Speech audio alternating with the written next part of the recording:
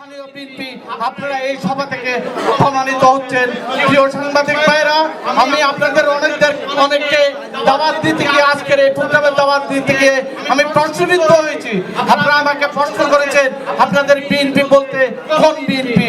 আজকে আপনারা এই সভা থেকে আপনারা সুযোগ নিয়ে যান, এটাই আসল পর্তুগাল বিএনপি, এটাই পর্তুগালে থাকবে, এটাকে পর্তুগাল বিএনপি বলে।